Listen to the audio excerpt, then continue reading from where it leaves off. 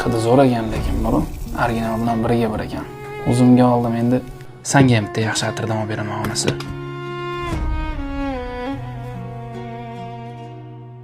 Ha, tinchlikmi? Erkak kishi ayoliga sharoit qilib berish kerak. Xo'p. Biz ayollar shu darajada noshukur bo'lib ketganmizki, erimizdan haddan ziyod narsalarni so'rab olganmiz. Erkak kishi ayoliga zo'r sharoit qilib berishga majbur emas, lekin yashashi uchun yetarli sharoit qilib berish kerak.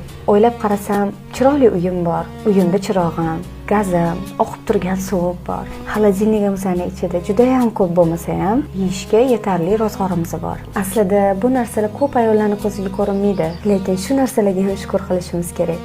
Ana o'shanda baraka bo'ladi. Hozirgi ko'pchilik ayollar talabidan ortig'ini so'rash bilan ovora. Shunaqa oilalar borki, uyi yo'q. Uyi bo'lsa, chirog'i yo'q. Chirog'i bo'lsa, suvi yo'q.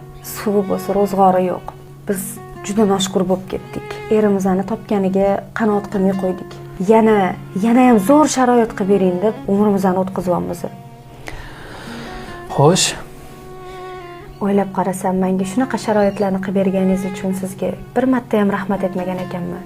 Siz bu qilib berayotgan narsalaringizga hech ham shukr qilmagan ekanman. Rahmat adasi. Qo'lingizdan kelgancha, imkoniyatingiz boricha menga shunaqa chiroyli sharoit qilib berayotganingizga kattakon rahmat adasi.